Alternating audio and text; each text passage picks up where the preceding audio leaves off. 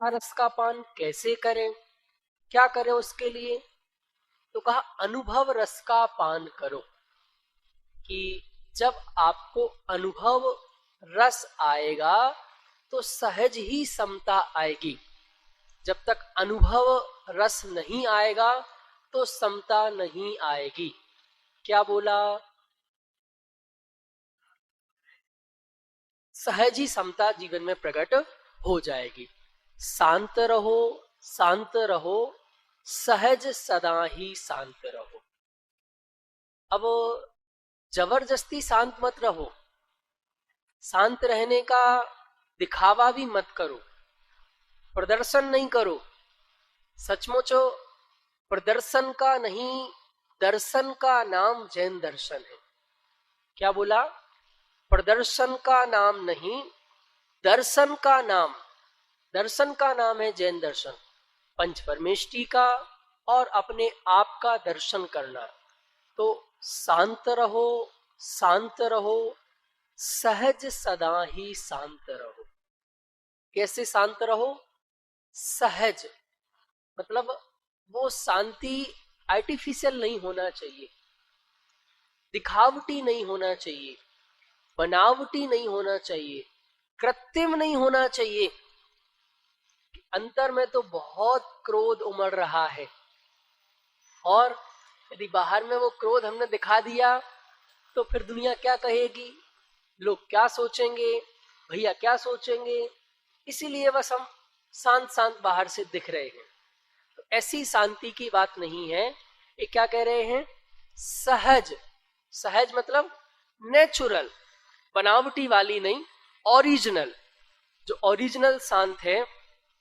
और सदा, भैया वैसे तो मैं बहुत शांत रहता हूं, पर जब तक मुझे कोई छेड़े नहीं, एक बार कोई छेड़ दे तो फिर मैं नहीं छोड़ता हूं, फिर तो मैं बहुत अशांत हो जाता हूं और सामने वाले को भी अशांत करके ही मानता हूं। हाँ, कहाँ बात आ गई थी? सहज और सदा। सदा मतलब ऑलवेज, हमेशा आपको शांत रहना है। और किसके बल पर रहना है? अनुभव के बल पर। यदि आपको अनुभव रस एक बार मिल गया तो फिर आप शांत रहने वाले हैं। ये पहला छंद अपन ने पढ़ लिया था। अब इंपोर्टेंट छंद और महत्वपूर्ण छंद आ रहा है, पढ़ो एक बार, एक नंबर छंद। नहीं अशांति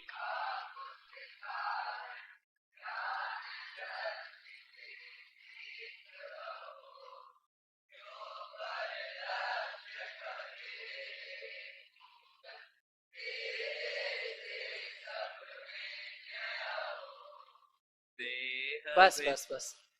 नहीं अशांति का कुछ कारण। भैया बहुत अशांति है, बहुत अशांति है, हमारा चित्त तो बहुत अशांत रहता है, बहुत परेशान रहता है, मन बहुत दुखी रहता है, क्या करें? क्या नहीं अशांति का कुछ कारण। इस पूरे तीनों लोकों में अशांति का कोई कारण ही नहीं है, दुख का कोई कारण ही नहीं है। क्या बोल रहे हैं? अशांति का पूरी दुनिया में कोई कारण नहीं है। जैसे मैं आपसे पूछता हूं, आपकी अशांति के कारण कौन है? खरिया धाना वाला, इसके गले तक तो आ गई है, मुंह से निकाल नहीं पा रहा है कि सुबह सुबह बढ़िया नींद आती है, नींद थोड़ी सी लगने को होती है, वार्डन उठाने आ जाते हैं। हमारी अशांति के कारण कौन है? कौन है? क्या क्या कह रहे? अच्छा, तो कोई है के कारण हमारी अशांति का? नहीं, हमारा गलत रूटीन ही हमारा अशांति का कारण है। हम रात्रि में टाइम से सोएं तो ऑटोमेटिक सुबह किसी को उठाने की जरूरत ही नहीं पड़े, क्योंकि बॉडी को एक सफिशिएंट नींद की जरूरत है। यदि आप टाइम पर सोते हैं तो ऑटोमेटिकली टाइम के पहले नींद खुल जाएगी। किसी को उठाने की जरूरत ही नहीं है। तो इस तीनों लोकों में मेरी अशांति का कोई बाहर में कारण नहीं है। यदि कोई कारण किसी को कहना हो तो वो मैं स्वयं ही हूं। और स्वयं मतलब स्वभाव से नहीं, मेरी स्वयं की अज्ञानता ही मेरी अशांति का कारण है। क्या बोला? मेरी स्वयं की अज्ञानता। अब इसे थोड़ा सा और डिटेल करना हो तो 3 शब्दों में कर लो। विपरीत मान्यता, उल्टी मान्यता, इसे बोलते हैं मिथ्यात्व, अज्ञान और असंयम। ये 3 चीजें वास्तव में हमारे अशांति के कारण हैं। मिथ्यात्व, अज्ञान और असंयम, बहुत इंपॉर्टेंट 3 शब्द हैं। सबसे पहली तो मान्यता में ही पड़ा है, ये गलत है, ये ऐसा है, ये ऐसा है। श्रद्धान गलत हो रखा है, सिस्टम में ही गलत चीज चल रखी है। जब तक श्रद्धान सही नहीं होगा तो आपको हर चीज अशांति करने वाली दिखाई देगी। उसके बाद गलत ज्ञान, अज्ञान।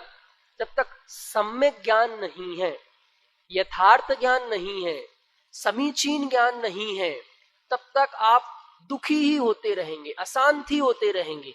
क्यों? मुझे इसने अशांत कर दिया, इसने दुखी कर दिया, इसने परेशान कर दिया। कह रहे मेरी अशांति का कोई बाहर में कारण नहीं है। और तीसरा, हमारी अशांति का कारण क्या है? असंयम। यदि जीवन में थोड़ा बहुत संयम नहीं है, संयम मतलब थोड़ी सी सहनशीलता नहीं है, थोड़ी सी लाइट चली गई, थोड़ा सा पंखा नहीं चला, एसी नहीं चली, लाइट नहीं आई, इसमें ही हम अशांत हो गए, आकुलित व्याकुलित हो गए। तो थोड़ा सा संयम चाहिए, इंद्रिय संयम और प्राणी संयम। मतलब अभी हमारे क्या लगता है कि यदि इस इंद्रियों को सुविधा मिलती रहे, सब इसके अनुकूल होता रहे तो बढ़िया है, और तो ही हम धर्म करेंगे। और थोड़ा इससे कुछ विपरीत हुआ तो हमें क्या लगने लगता है? अब धर्म नहीं हो सकता है, अब पढ़ाई नहीं हो सकती, अब कुछ नहीं हो सकता है। पर एक्चुअल में पढ़ाई तब होती है जब आपके पास अनुकूलताएं नहीं होती हैं।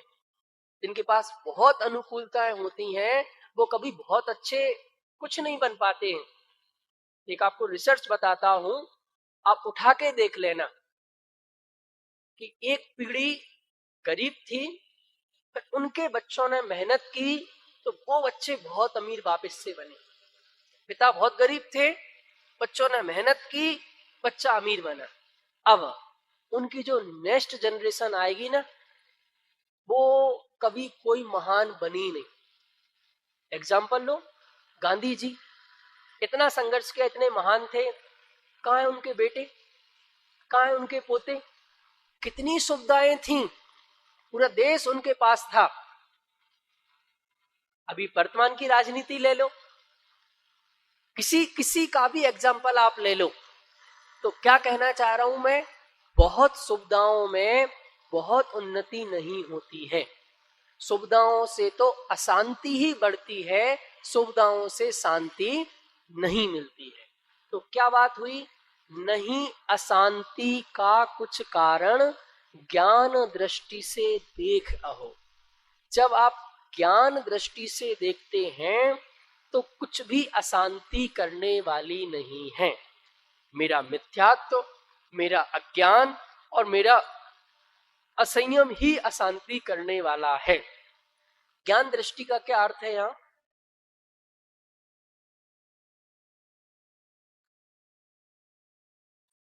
सोचो सोचो, प्रश्न है, नहीं अशांति का कुछ कारण ज्ञान दृष्टि से देखा।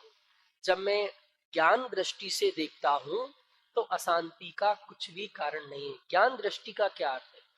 ज्ञान दृष्टि से देखना मतलब क्या? बोलो। गुड। ज्ञान दृष्टि मतलब ज्ञान मुख्य होना चाहिए। मैं ज्ञान हूं ना, मैं तो जानने देखने वाला हूं। जब मैं इस बात को मुख्य करके बात करता हूं इसका अर्थ है ज्ञान दृष्टि से देख अहो। ज्ञान दृष्टि मतलब मैं ज्ञान वाला हूं, मैं जानने देखने वाला हूं, जानने देखने के अलावा मैं कुछ भी करने धरने वाला नहीं हूं। जैसे अब यहां आप क्लास में बैठे, अब क्लास में आप क्या करने वाले हैं? यहां अभी बैठे तो अभी आप क्या करने वाले हैं? क्या करने वाले हैं? जानने ही वाले हैं। तो यदि जानने वाला अपने आप को मान के बैठोगे, जानने वाला मान करके क्लास पढ़ोगे, तो आपको कोई अशांति होने वाली नहीं है। और आप क्या बन के बैठे हो? मैं उपाध्याय वरिष्ठ का अभी सीनियर स्टूडेंट हूं। एक कनिष्ठ वाले कैसे बैठे हैं, कहाँ हैं, सीधे क्यों नहीं बैठ रहे हैं, आवाज क्यों कर रहे हैं, इनको ऐसा बैठना चाहिए था, इनको ऐसा बैठना चाहिए था, कौन नहीं है, अटेंडेंस लगाओ। यदि एक कीड़ा कूद गया तो क्या होगा? फिर तुम्हारी अशांति को कोई नहीं रोक सकता है। पूरी क्लास, पूरा 10 लक्षण तुम्हारा अशांति में निकलेगा। क्यों? क्या मान के बैठे हो भाई साहब? अपने आप को वरिष्ठ का, अपने आप को वरिष्ठ, अपने आप को बड़ा, ये जो बड़ा मान के बैठ गए हो, अब आपकी अशांति कोई नहीं रोक सकता है। और यदि आपके हाथ में वो जिम्मेदारी भी रहे, कोई जिम्मेदारी मिली है, तो जिम्मेदारी की मनाही नहीं है, उस समय भी आप क्या मान के बैठे? मैं तो जानने वाला हूं, जानने के अलावा मैं कुछ भी करने धरने वाला नहीं हूं। तो एक ज्ञान दृष्टि से आप को दुनिया का कोई भी गेय देखो। अब आप बाहर में अमेरिका में क्या हो रहा है, जो कुछ भी हो रहा है, मैं सिर्फ उसका जानने देखने वाला हूं, मैं उसका कुछ भी करने वाला नहीं हूं। जैसे दो लोग क्रिकेट देखते हैं, वो एक व्यक्ति ये मानता है बस अपन को तो देखना है, जो हो रहा होगा, जैसा उनको करना है, उनकी स्ट्रेटेजी है, वो बहुत मेहनत कर रहे हैं, उनको सब पता है, हजारों लोगों की टीम लगी है उनके पीछे, कब क्या करना है, कब क्या नहीं करना है, डिसीजन लेने वाले। अब ये व्यर्थ में, अरे यार उसे ऐसी बॉल नहीं करनी चाहिए थी, उसे इससे ओवर नहीं कराना चाहिए था, तुमसे पूछने आ रहा है क्या? वो जो कैप्टन है वो टीवी में से निकल के तुम्हारे पहले फोन करता है, या 18वां ओवर हो गया है, अब 19वां किससे कराऊं, इससे करा लूं कि इससे करा लूं? वो कोई पूछने आया क्या तुमसे? पूछने नहीं आया तुम्हारी कोई, चलो, और वो पूछ नहीं रहा है, तुम्हारी बात वहां तक पहुंच सकती है क्या? कोई तुम्हारी अप्रोच है क्या? तुम्हारे पास कोई फोन नंबर है क्या? तुम कुछ कर सकते हो क्या? कर तो कुछ नहीं सकते हो। वहां क्या कर सकते हैं? सिर्फ जान सकते हैं और देख सकते हैं, इसके अलावा कुछ नहीं कर सकते हैं। होता यही है, और लास्ट में भी यही होता है। आपको पहले जब अभी 15वां चल रहा है और आप बिल्कुल सोच के बैठे हो कि 19वां तो बुमराह ही करेगा। अब ये नहीं होना था, वस्तु का परिणाम ऐसा नहीं होना था, तो 17वें ओवर में ही बुमराह को चोट लग गई, बुमराह जाके बैठ गया। अब 19वां किसी जिसको करना था उसने ही किया, कि जिसको तुम सोच के बैठे थे उसने किया? जिसको करना था उसने ही किया, तो हुआ वही। तो हम क्यों व्यर्थ में आकुलित व्याकुलित हो रहे हैं? तो उस समय भी मुझे क्या मानना है कि मैं तो सिर्फ जानने देखने वाला हूं, इसके अलावा मैं कुछ भी करने वाला नहीं हूं। तो फिर क्या मैं बिल्कुल निष्क्रिय हूं? अब थोड़ा ध्यान से सुनना। इसके बाद यहां खड़ी हो जाती है निमित्त उपादान की व्यवस्था। कांता जी, निमित्त उपादान की बहुत अच्छी व्यवस्था है।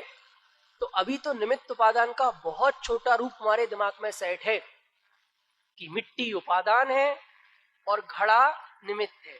ऐसा नहीं है।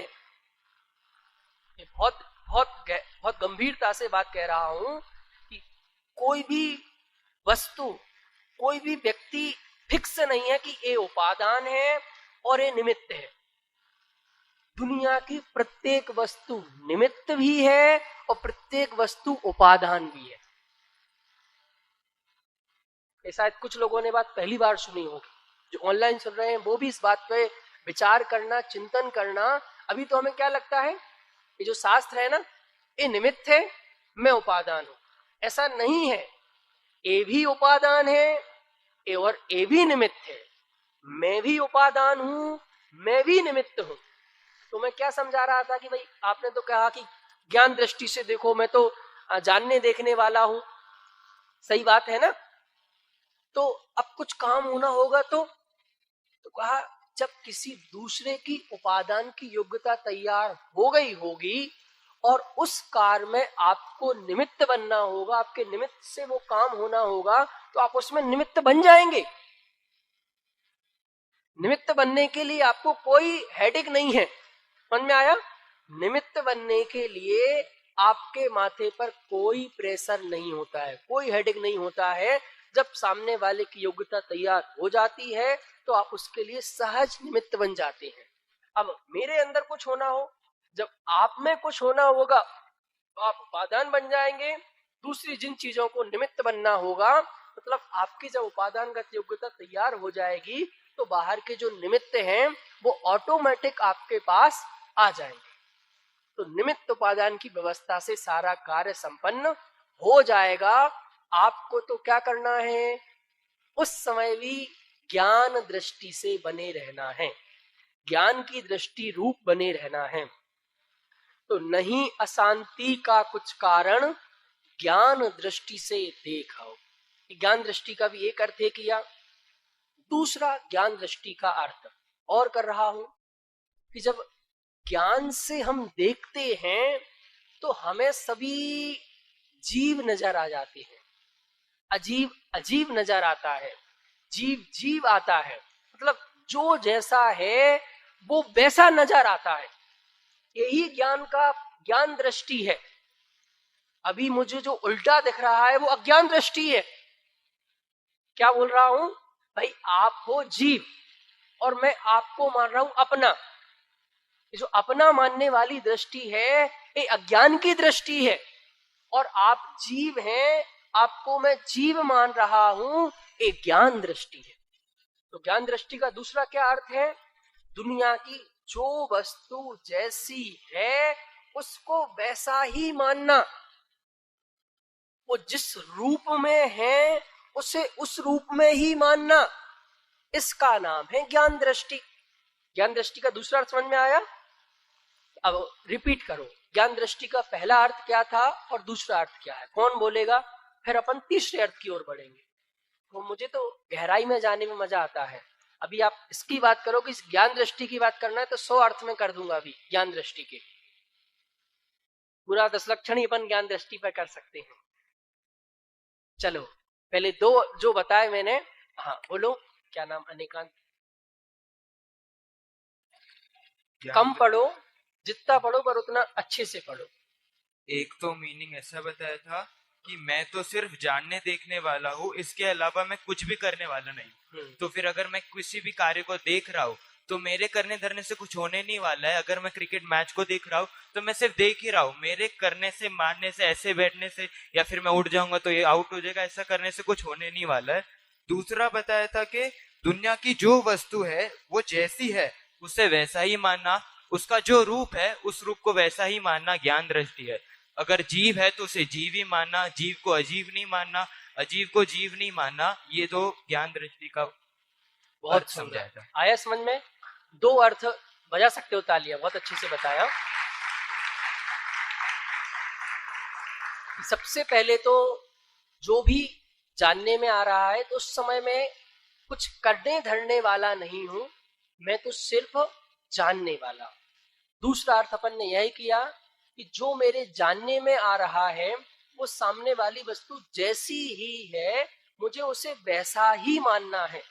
अभी मैं क्या करता हूं, अपनी 1.5 अकल लगा के उसको कुछ रूप बदल देता हूं, और जैसे ही उसमें कुछ मिलावट होती है तो मामला खराब हो जाता है। समझ में आ रहा है? जैसे हमने कहा कि आपको घी की पूड़ी बनानी है, अब घी में आपने तेल और मिला दिया, डालडा और मिला दिया, तो फिर उसका सब सत्यानाश हो गया। जैसे कोई 16 के खाने वाला आपके घर पर आया, उसने कहा भाई हम तो शुद्ध घी का खाते हैं, और आपने कहा हम तो 1 चम्मच ही तेल डाला था, बस चम्मच ही लगाई थी तेल की, तब हो गया वो सब मामला अशुद्ध। तो ऐसे ही जो वस्तु जैसी है उसे बस वैसा मानना, इसका नाम है ज्ञान दृष्टि। समझ में आया? चलो आपके किसी के और इसके अर्थ ख्याल में आ रहे हैं क्या ज्ञान दृष्टि के? नहीं, मतलब इसको पूरा लिंक करना है। नहीं अशांति का कुछ कारण ज्ञान दृष्टि से देख अहो। इस लाइन में ज्ञान दृष्टि के मैंने आपको 2 अर्थ बताए, इसके अलावा और कोई अर्थ आपके ज्ञान में आ रहा है क्या? क्या प्रज्ञा चैनी? वो बहुत अच्छा बोला तुमने, बस उसको थोड़ा एक्सप्लेन करो। चलो, इन्होंने बोला है प्रज्ञा चैनी।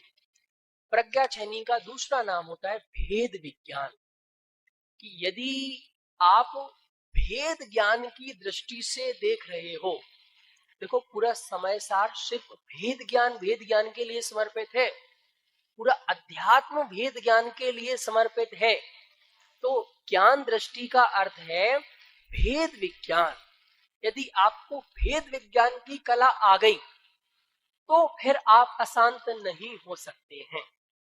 जैसे 2 टीमों का मैच हो रहा है, बाहर में कुछ भी हो रहा है और आपको भेद करने की कला आ गई, तो भाई बाहर में वो दोनों आपस में खेल रहे, जो कुछ हो रहा है वो उनमें हो रहा है, मेरे में थोड़ी कुछ हो रहा है, मैं तो उनसे बिल्कुल न्यारा हूं। वो हारे तो उनका कुछ बिगड़ा, मेरा कुछ नहीं बिगड़ा। वो जीते तो उनमें कुछ बढ़ा, मेरे में कुछ नहीं बढ़ा। तो मैं तो उनसे बिल्कुल न्यारा हूं। तो दूसरी पर वस्तु में और अपनी वस्तु में भेद जानना, समझ में आया? इस भेद ज्ञान की दृष्टि का नाम है ज्ञान दृष्टि। तीसरा अर्थ क्या हुआ ज्ञान दृष्टि का? भेद विज्ञान की दृष्टि। जो भेद विज्ञान की दृष्टि से वस्तुओं को जानते देखते हैं वो कभी दुखी नहीं होते हैं, वो कभी अशांत नहीं होते हैं। बहुत सुंदर। और कोई ज्ञान दृष्टि का नया अर्थ?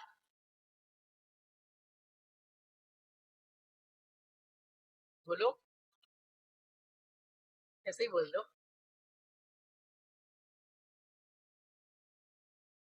बहुत अच्छा, बहुत बढ़िया। एक ज्ञान दृष्टि का इन्होंने और नया अर्थ किया। इन्होंने कहा कि कर्म से भी हम उसका विचार करें। ज्ञान दृष्टि मतलब जो मैंने पूर्व में कर्म किए थे, अब आज मेरे को जो भी रिजल्ट आ रहा है वो किसी दूसरे से थोड़ी आ रहा है। जैसे मुझे आज गाली, सपोज यहाँ किसी ने मुझे गाली दी, वो गाली आपने नहीं दी, कल मैंने आपको दी थी, तो वो कर्म मेरे क्रिएट हो चुके थे। समझ में आया? तो आज तो सच में उसकी निर्जरा हुई थी, तो हमें तो प्रसन्न होना चाहिए था कि कल जब मेरे को अज्ञान था, मुझे पता नहीं था, उस अज्ञान में मैंने वो कर्म बांध लिए थे और आज वो कर्म वापस उसकी निर्जरा हो गई, वो निकल गए। तो वास्तव में जो भी प्रतिकूलताएं जीवन में आ रही है ये तो पुराने कर्मों की निर्जरा है, उसमें तो प्रसन्न होना चाहिए। इस उसके निमित्त से नए कर्मों का बंध नहीं करना चाहिए। तो ये ज्ञान दृष्टि का एक अर्थ यह भी है कि अपने पुराने कर्मों का विचार करना, कर्म व्यवस्था का विचार करना, कर्म व्यवस्था का चिंतन करना, मतलब आपके ज्ञान में वो चीज रहनी चाहिए। एक अर्थ और चाहिए मुझे जल्दी से इसका ज्ञान दृष्टि का। कितने अर्थ हो गए अभी? 4।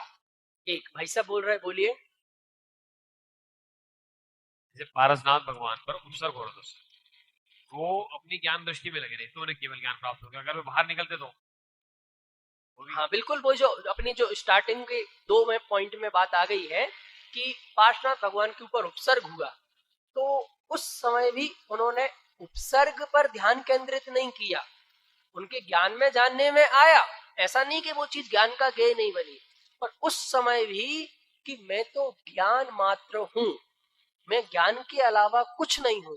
तो जो उपसर्ग हो रहा है वो तो शरीर पर हो रहा है और मैं तो ज्ञान मात्र हूं, उस ज्ञान मात्र पर कोई उपसर्ग नहीं होता है। तो अशांति नहीं हुई। चलिए, अपन तो बात कर रहे थे ज्ञान दृष्टि के अर्थ।